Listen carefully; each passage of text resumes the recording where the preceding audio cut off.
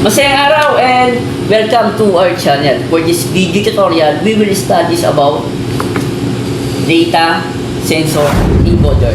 How it works, what is the function of data encoder, what is the common use of data encoder that we are using in our equipment or in our industry. But if you are new to our channel and you like this kind of video tutorial, you want to learn about electrical and mechanical concept, please subscribe our channel, click our subscribe button and the bell icon.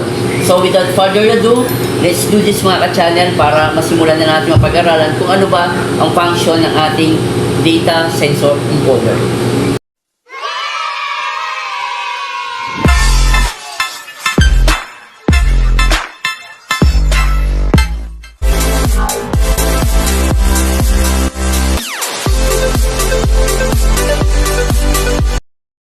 You can see in this video that we have a repair error reading of our data encoder, but we will focus on our topic.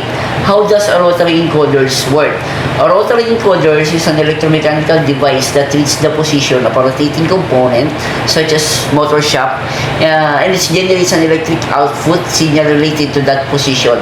Magnetic rotary encoders use a magnetized wheel attached to the shaft. Meron tayong two main types of rotary encoders.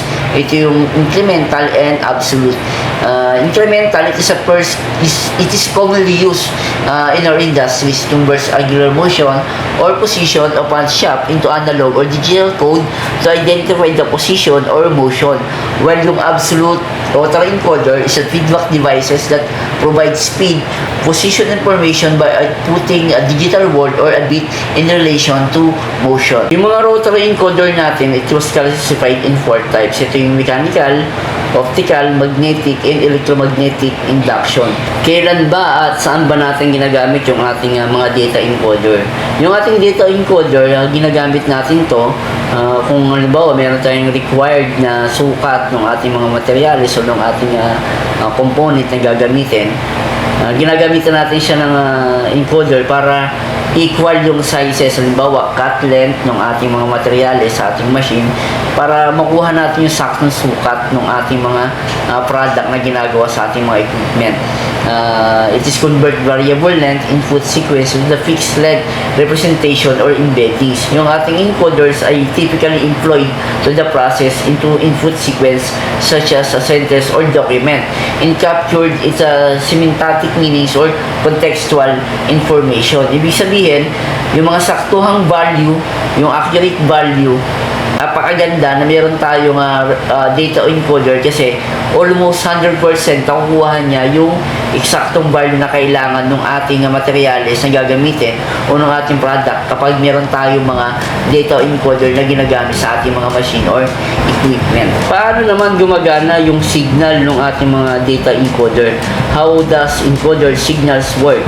Encoder converts motion to an electrical signal that can be read by some type of control devices in motion control system such as counter or PLC. Nakakonekta yung ating encoder dun sa ating PLC.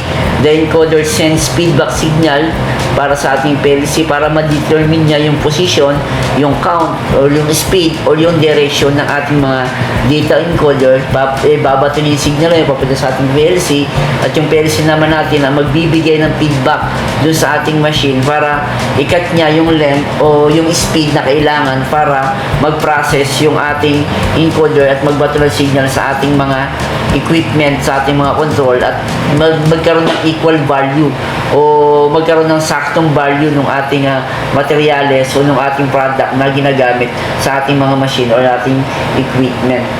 Maraming salamat mga ka-channel. Hopefully nakatulong, nakadagdag ng kahit konting information yung ating Kuya Atit TV para sa ating rotary encoder.